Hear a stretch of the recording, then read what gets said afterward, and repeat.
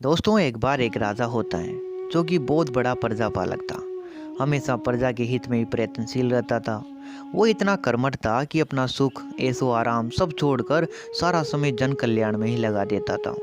यहाँ तक कि जो मोक्ष का साधन है अर्थात भगवान का भजन करना, उसके लिए भी वो समय नहीं निकाल पाता था। अब एक सुबह क्या होता है, राजा वन की तरफ भ्रमण करने के लिए जा रहा था कि उसे एक देव के दर्शन हो जाते हैं।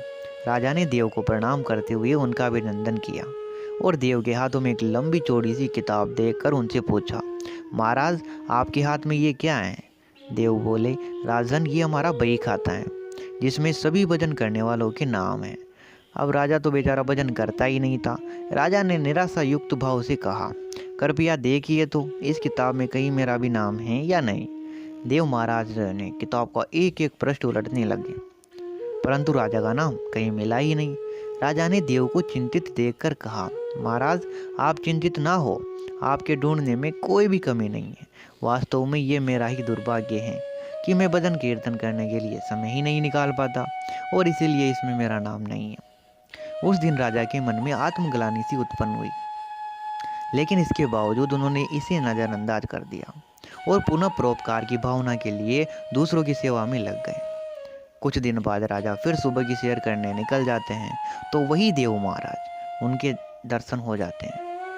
इस बार भी उनके हाथ में एक किताब थी। इस किताब के रंग और आकार में बहुत अंतर था और ये पहले वाली से काफ़ी छोटी थी। अब राजा फिर उन्हें प्रणाम करता है और पूछ लेता है, महाराज, आज कौन सा बही खाता आपके हाथों में लिया हुआ है? देव महाराज ने कहा, राजन, आज के बही खाते में उन लोगों का नाम है जो ईश्वर को काफ़ी ज़्यादा प्रिय है। राजा ने कहा, कितने भाग्यशाली होंगे वो लोग। निश्चित ही वे दिन रात भगवान का भजन करने में लीन रहते होंगे। क्या इस पुस्तक में कोई मेरे राज्य का भी नागरिक है?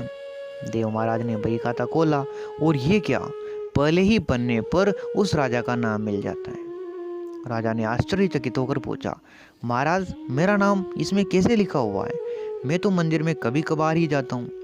देव ने कहा, राजन, इसमें आश्चर्य की क्या बात है? जो लोग निष्काम होकर संसार की सेवा करते हैं, जो लोग संसार के उपकार में अपना जीवन अर्पण करते हैं, जो लोग मुक्ति का लोभ भी त्याग कर प्रभु के निर्बल संतानों की सेवा सहायता में अपना योगदान देते हैं, उन त्यागी महापुरुषों का भजन स्वयं ईश्वर करता है। हे राजन, तू मत पछता कि तू पूजा पाठ नहीं करता। लोगों की सेवा कर, तू असल में भगवान की ही सेवा करता है। परोपकार और निस्वार्थ लोक सेवा किसी भी उपासना से बढ़कर है। देव ने वेदों का उदाहरण देते हुए कहा कि कर्म करते हुए 100 वर्ष जीने की इच्छा करो तो कर्म बंधन से लिप्त हो जाओगे।